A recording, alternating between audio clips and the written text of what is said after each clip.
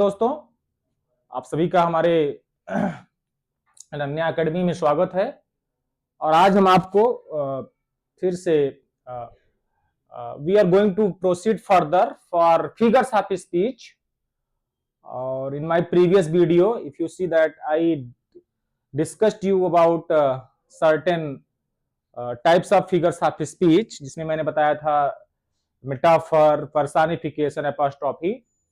And जैसा कि आप जानते हैं कि इस तरह के क्वेश्चन चाहे वो एलटी का मेंस हो उसमें भी आ सकता है, जिन लोगों का प्री निकल गया हो, मेंस की तैयारी कर रहे हैं, चाहे वो यूजीसी नेट हो उसमें भी आ सकता है, चाहे आपका टीजीटी पीजीटी की परीक्षाएं जो हमारी होने वाली हैं मई महीने उसमें भी आ सकता है। तो देखिए, जो क्वेश्चन उठते हैं खास तौर से क्वेश्चन जो आते हैं उसमें फिगर्स ऑफ स्पीच दिया रहता है, आपको स्पॉट करना है types of figures of speech. और मैंने फिर बताया था, if you see my previous video, I talked in extensive mode that what is the role of figures of speech, what various critics have said about this types of figures of speech, क्या इसका महत्व है, क्यों इनको हम बहुत thoroughly पढ़ते हैं। तो इन सारी चीजों को आपको ध्यान देना है। अब जैसा कल मैंने कहा था कि एक होता है सिमिली। देखिए, सिमिली बहुत इंपॉर्टेंट होता है और थोड़ा सा मैंने इसको बताया था कि एज, लाइक एंड यू, इसको आपको समझने के लिए क्या करना है। In a simile comparison is made between two objects of different kind. In a simile a comparison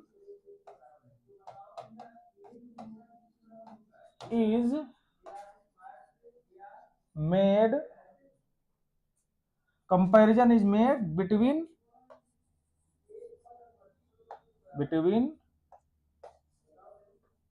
two objects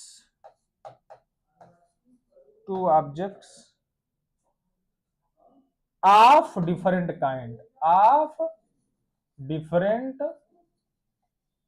different kind,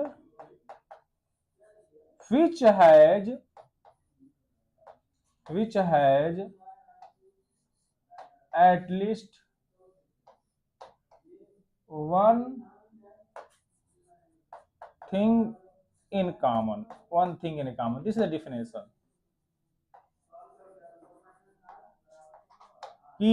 In a simile, a comparison is made between two objects of different kind which have at least one thing in common. दो different प्रकार की चीजें हों और जिनमें at least one thing common हो, different होना चाहिए। जैसे मैं कहूं कि राम इज लाइक श्याम, तो ये डिफरेंट नहीं होगा क्योंकि राम भी एक पर्सन है, श्याम भी एक पर्सन है। जैसे मैंने बहुत एग्जांपल दिया कि जैसे मैंने कहा कि it droppeth as the gentle rain from heaven. जैसे एक बहुत इंपॉर्टेंट एग्जांपल है, मर्सी पोएम आप लोगों ने पढ़ा होगा जो कि मर्चेंट ऑफ वेनिस से लिया गया है। तो उसमें पुराने इंग्लिश, ओल्ड इंग्लिश में लिखा गया है, it droppeth as the gentle rain from heaven. It droppeth as the gentle rain from heaven. यह लाइन मर्सी का लाइन है जो कि पोर्सिया ने मर्सी को डिलीवर किया है before Psylocke. The case that कि साइलॉक को बार बार मतलब this is the story of merchant of Venice, this is tragic comedy. You know that Bassanio has borrowed some money from Shylock and to give Antonio, right? Antonio, exactly I don't remember the who has borrowed money, but you know the story is that there was a bond in that lending, that if the person who has borrowed money would not be able to return the money at the fixed time, certain pounds of flesh will be cut from his body. That's what Shylock's bet, right? And that's why Portia advocates for the right of mercy. She says that mercy is the quality of God. So देखिए इसमें like आया है, it dropped as the gentle rain from heaven. So जैसे mercy, अब देखिए mercy के लिए आया गया है, मर्सी यहां हम कर सकते हैं ऐसे, इट के स्थान पर हम मर्सी लगा देंगे, MERCY। तो mercy drops as the gentle rain from heaven. अब देखिए इसको समझने का प्रयास करें, जैसे जैसे जेंटल रेन जो होती है वो वो विदाउट फोर्स रेन अकर्स, पानी जो बरसता है बिना फोर्स के, उसमें कोई हम दबाव नहीं डाल सकते, right. In the same way जो दया है वो किसी इंसान के दिल में ऑटोमेटिकली आता है। You see, we cannot force someone to be kind, right? It is a natural prospect. If we want to be a kind, or if you want to be a kind person, if you want to act kindly, then without, there is no force, because force is not allowed. We cannot force someone to be kind. There is no compulsion. We cannot compel someone, right? It is a natural, it is a natural prospect, right? And that's why I want to say you is that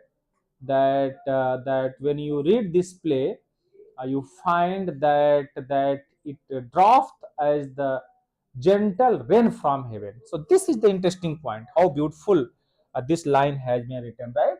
So that is, for example, I want to tell you some another example. जैसे she is lovely as rose, जैसे मैंने कहा she is lovely as rose, वह गुलाब जैसी lovely. So what is the common here, you see, rose and she both are different. She is a pronoun which is used for a lady, for maybe that is a girl or that may be a lady. And what is rose? Rose is a types of flower, but both are not permanent. Both will be diminished. That's what you see poet wants to say, कि that is common, कि जो आपका attribute होना चाहिए वो at least दोनों में common है, right. That is common, that is at least common in everywhere. तो इस चीज को आप ध्यान रखिएगा। इस तरह से मैं फिर बता रहा हूं कि एक चीज कॉमन होना चाहिए। जैसे मैंने कहा Rana Pratap was brave like a lion, Rana Pratap was brave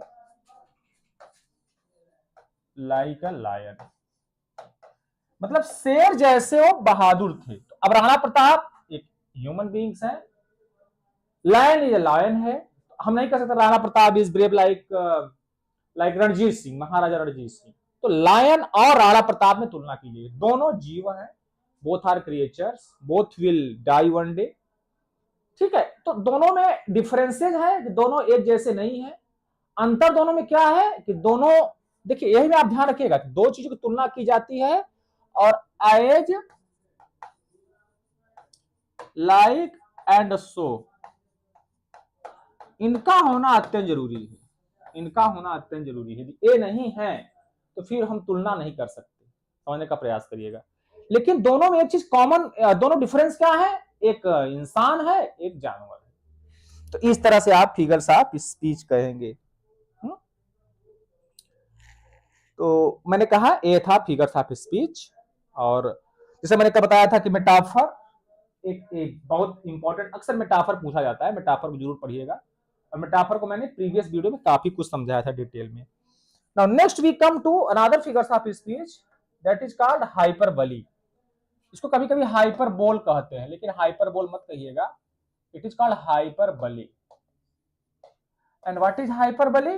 hyperbole means that is exaggeration, इसको हम कह सकते हैं अधिक, एग्जैजरेशन। और मैं फिर बता दे रहा हूं, आपको ध्यान दीजिएगा कि पोएट कभी कभी जब बोलता है ना तो वो बहुत एग्जैजरेट कर देता है, अतिशयोक्ति जिसको बोलते हैं हिंदी, अतिशयोक्ति, because sometimes poet exaggerates a lot. इससे क्या पाता है, और ऑन दिस ग्राउंड कल मैंने बताया था कि that's how you see that Plato vanishes a poet from an ideal society. If you read literary criticism, as I told you that जो कि यूजीसी नेट की तैयारी कर रहे हैं उनके लिए भी बहुत इंपॉर्टेंट है.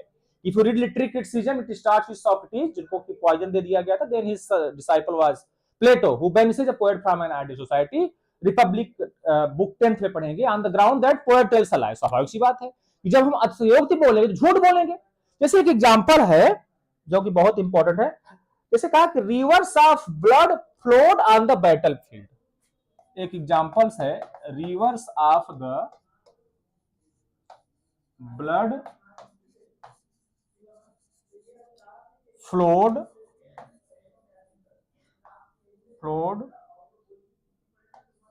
ऑन द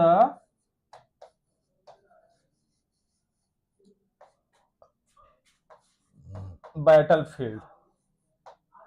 अब बताइए एक एग्जांपल है देयर इज एग्जैजरेशन की खून की नदियां बहने लगी युद्ध के मैदान में.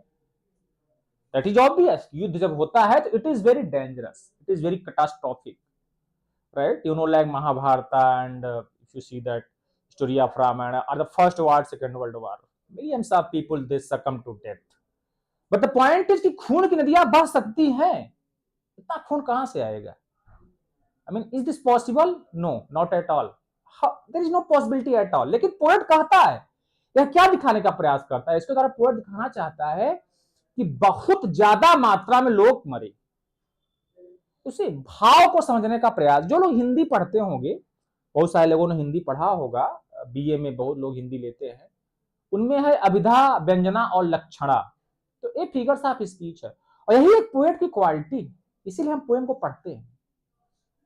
जैसे कि तुलसीदास ने, आप हिंदी पढ़ते होंगे, उन्होंने सीता जी का जब वर्णन किया तो उन्हें कोई चीज नहीं मिली है ना. इतनी सुंदर सीता जी. उन्होंने कहा सखिन मध्य से सोहत कैसी, कोई तुलना नहीं मिला, सीता बहुत सुंदर है. तो उन्होंने कहा छविगढ़ मध्य महाछवि जैसी. तुलसीदास का रामचरितमानस बहुत फेमस है. जैसे महान सुंदरताओं के बीच में सबसे बड़ी सुंदरता. अब देखिए सुंदरता में भी सबसे बड़ी सुंदरता. This is the That's why we appreciate Tulsidas. उन्हें कोई ऑब्जेक्ट ही नहीं मिला है. जैसे कभी कभी तो तुलसीदास देखेंगे, सूरदास देखेंगे, ऐसे इंग्लिश में भी चाहे वो जो भी लिटरेचर हो, by virtue of figures of speech a poet becomes a poet and this is genius of an art. एक कलाकार की जिंदगी यही होती है. इसलिए पोएम को हम बार बार पढ़ते हैं. So that's why this is the use of figures of speech. इसको पढ़ने से बड़ा एंजॉय मिलता है, राइट. सही बात है. बड़ा काफी लोग मरे है ना. जैसे मैंने कहा all the perfumes of Arabia, एक बहुत इंपॉर्टेंट लाइन है. This is called all the perfumes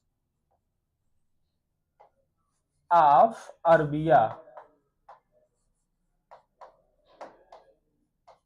will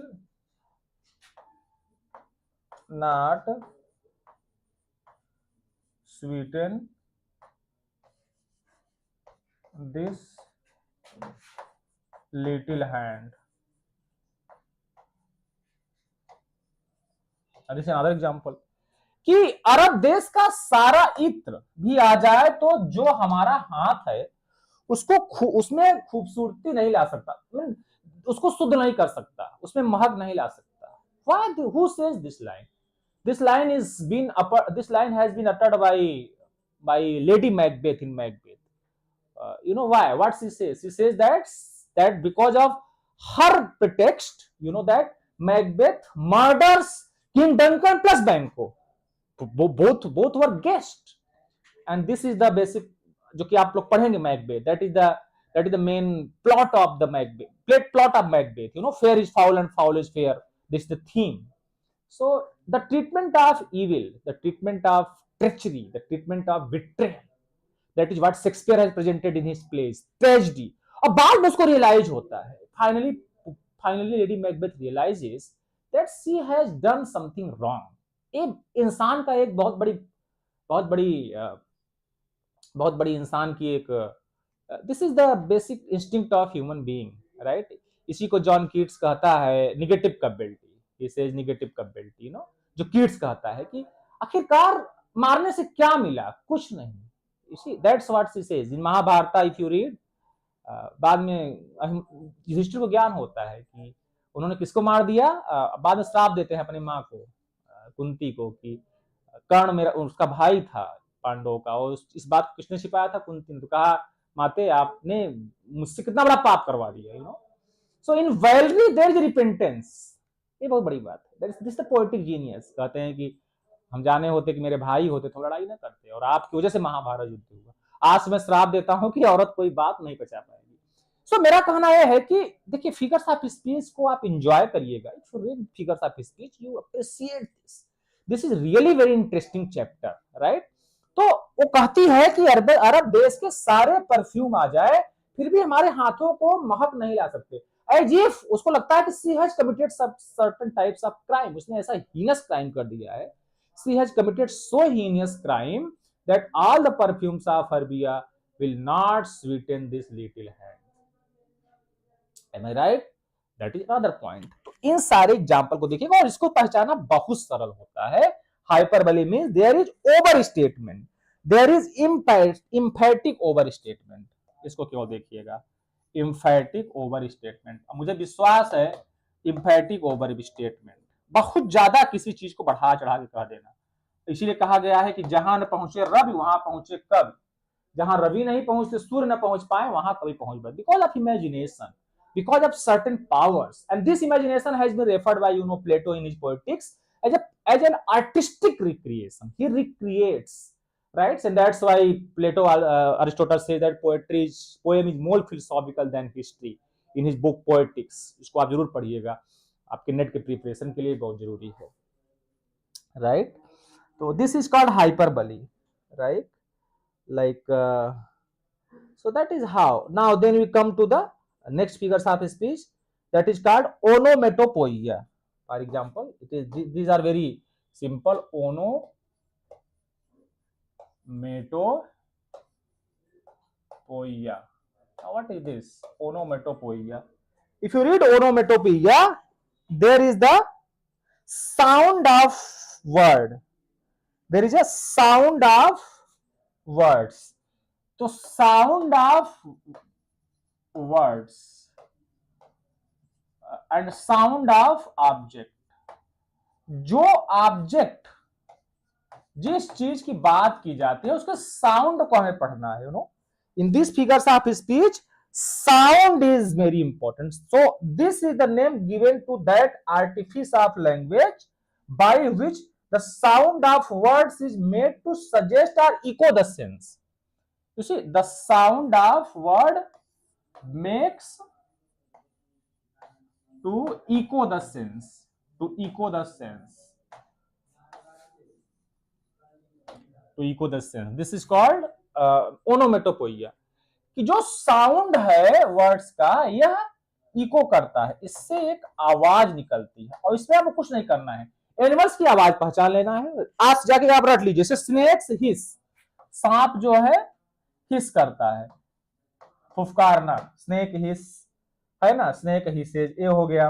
the murmur haunt of flies on summer eve, तो फ्लाइज हो गया। The beetle wheels his droning flight हो गया, है ना। तो इस फिगर्स ऑफ स्पीच को समझने के लिए आपको कुछ नहीं करना है, केवल आप लोग थोड़ा सा होमवर्क कर लीजिएगा, that you must remember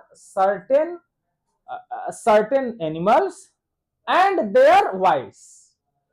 What is the voice of animals, what is the voice of insects, what is the voice of birds, what is the voice of certain creatures, और उसी के वॉइस से जो है हमें जो कॉन्सेप्ट मिलता है, जो जो आवाज निकलती है, this is called onomatopoeia. It is very simple. Apostrophe कल मैंने समझा दिया था। Now right, apostrophe means we address certain thing, there is a comma, यार subtractive name is human study में बताया था। फिर हम आते हैं ऑक्सीमोरॉन, ऑक्सीमोरॉन मतलब होता है विरोधाभास।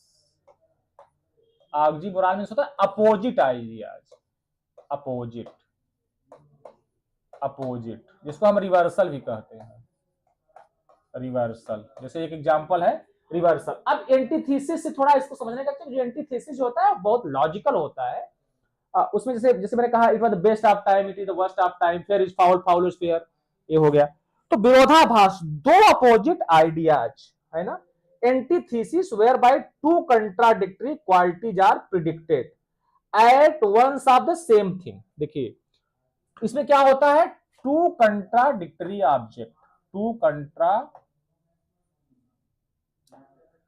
कंट्राडिक्टरी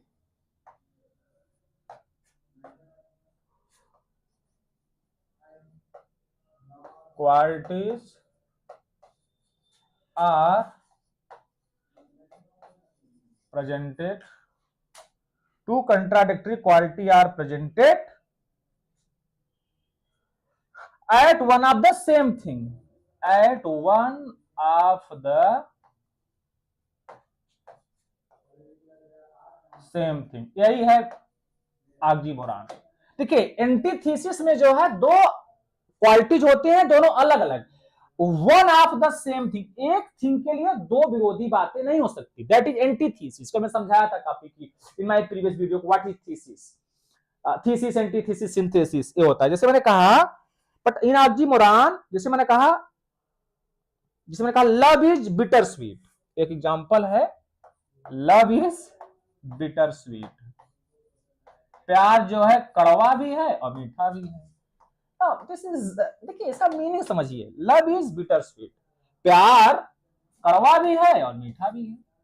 अब फिर मैं समझा रहा हूं कि in figures of speech there must be certain meaning, एक मीनिंग निकलना चाहिए। प्यार, जब प्यार में बात बन गई, if it is a happy ending which means that is sweet, but sometimes it doesn't have happy ending, like for example anti-romantic, for example if you read the play of George Bernard Shaw, Arms and the Man, जो कि very famous play है। So what happens in that play, that in that play the male, the female heroine, that is Raina has a dream of looking Sergius as a hero. Then what happens? The Bluntschli comes and he shatters the dream, the vision, the fantasy that Raina envisions, that Sergius is a hero, Sergius is very powerful, you know that. Then Bluntschli says that no, Sergius is not a good hero. A good hero, a practical hero, is someone who takes a chocolate in the cream, a chocolate in battlefields, and that's why there is an episode called Chocolate Cream Soldier, right? तो मैं समझाने का, that's what I want to tell you, that कि love is bitter sweet. देखिए प्यार जो है वह खट्टा और मीठा है, कभी ये खट्टा भी हो सकता है, कभी मीठा भी हो सकता है, कभी प्यार में हम धोखा खा जाते हैं और कभी प्यार में हमारे लिए अच्छा हो जाता है। तो sometimes it is sweet and sometimes it is bitter, and that's why if you read this line, हर फिगर्स ऑफ स्पीच की लाइन का एक मीनिंग होता है। Try to understand the meaning, right. जैसे मैंने कहा, he is irregularly regular, he is irregularly regular। जैसे कोई व्यक्ति है वो किसी काम में आता है तो उसके आकर भी काम नहीं करता, आते तो रेगुलर है लेकिन करना कुछ नहीं है। So what is meaning of coming a person who does not render his task, कोई आके काम नहीं करता है, so what is the meaning of coming to that person. So that is how, this is example of any man who is for employed for somewhere, he is employed to work and he comes, he goes every day, but what he does, he goes and he spends time for nonsense, he didn't work his work properly. So that's why that person is irregularly regular, though he is regular, but he is irregular in that sense. So this is called oxymoron. So in oxymoron you find that the two opposite are contrasting words, the two opposite are contrasting words occur at the same time for one person. However, in antithesis it is quite different, it is not for one person, it was the best of time, it was the worst of time, fair is foul, foul is fair। तो उसमें आप थोड़ा अंतर समझने का प्रयास करिएगा। तो ऑक्सीमोरॉन के लिए आप अपोजिट जरूर याद कर लीजिएगा, ऑक्सीमोरॉन के लिए आपको केवल एक चीज याद करना है, दैट इज द अपोजिट। जो अपोजिट वर्ड हो गए एक तरफ से, तो that is called, this is called opposite. अब आता है आफ्टर दिस, एक मैं और बताऊंगा, दिस इज कॉल्ड एलिटरेशन। ये बहुत पूछता है, एलिटरेशन। एक काफी जगह पूछा, जिसको हम हिंदी में अनुप्रास बोलते हैं। अनुप्रास, जैसे चंदू के चाचा ने चंदू की चाची को, एक कॉमन कोलोक्वियल में हम लोग कभी कभी कहते हैं, चंदू के चाचा ने चंदू की चाची को चांदी के चम्मच से चटनी चटाया, च च च च, राइट। चारु चंद्र की चंचल किरणें खेल रही हैं। तो ऐसे से हिंदी जिसको हम अनुप्रास बोलते हैं, वैसे इंग्लिश में भी if there is repetition of the same letter for several times, this is called alliteration. Alliteration consists in the repetition of the same sound, repetition of the same sound, repetition of the same sound,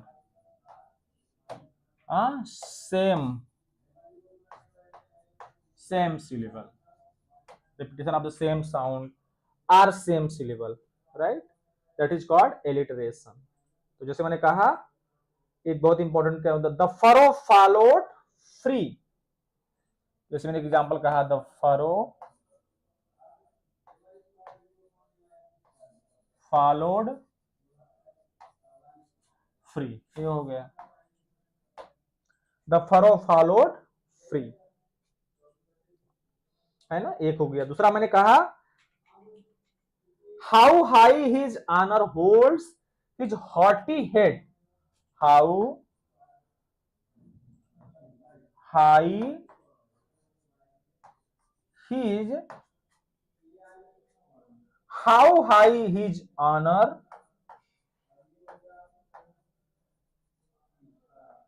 holds,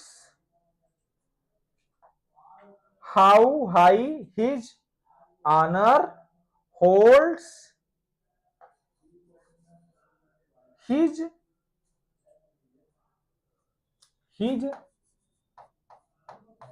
haughty head.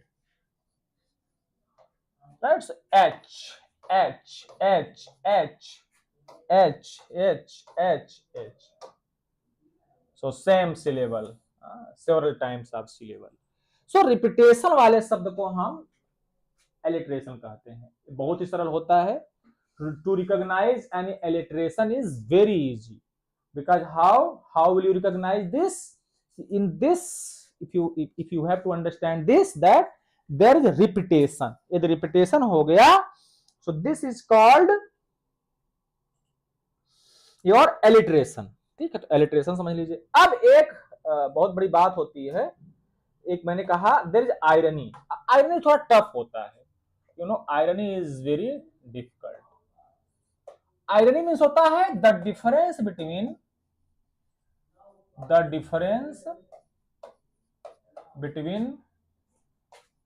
appearance and reality, appearance and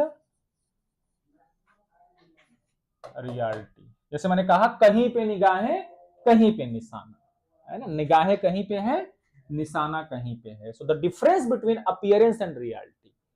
तो ये अक्सर आप Shakespeare, if you read Macbeth, there is bring out the significance of irony in Macbeth. Macbeth में irony बहुत ज्यादा है। तो irony मतलब समझिए कि कहा कुछ और रहा है, अब मीनिंग कुछ और रहा है। जैसे एक बहुत इंपॉर्टेंट लाइन है प्राइड एंड प्रेजुडिस, जो कि प्रिस्क्राइब्ड है, उसका है, इट इज ट्रूथ यूनिवर्सली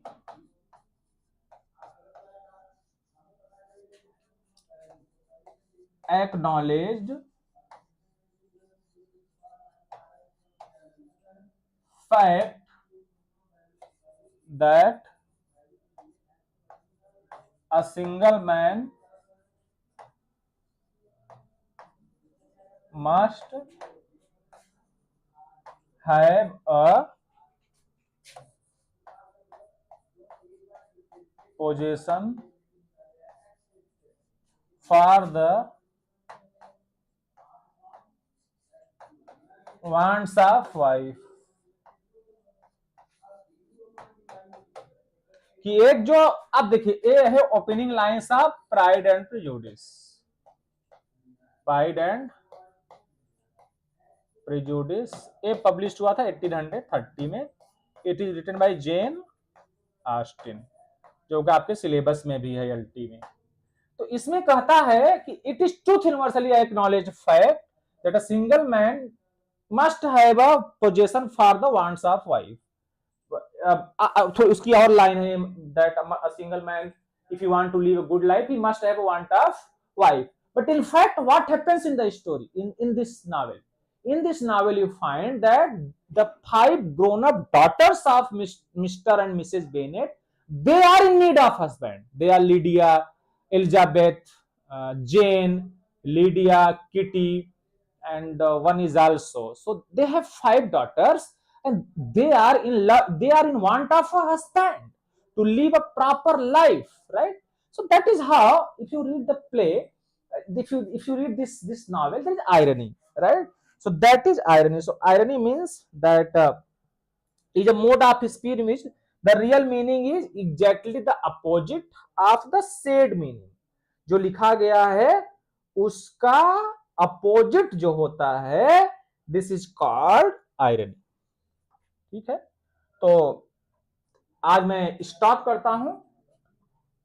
3 महीने वीडियो जो मैंने कल बताया उसमें कुछ बताया, आज मैंने लगभग 3 फिगर्स ऑफ स्पीच को बताया, that they are simile, that they are hyperbole, they or onomatopoeia, oxymoron plus alliteration and irony. So read them very carefully, इसका प्रैक्टिस करिए, एग्जाम्पल को समझिए और इसका एक मीनिंग समझिए कि इसका मीनिंग क्या होता है। Hope you will be enjoyed my lecture and that will be beneficial for your class. Thank you.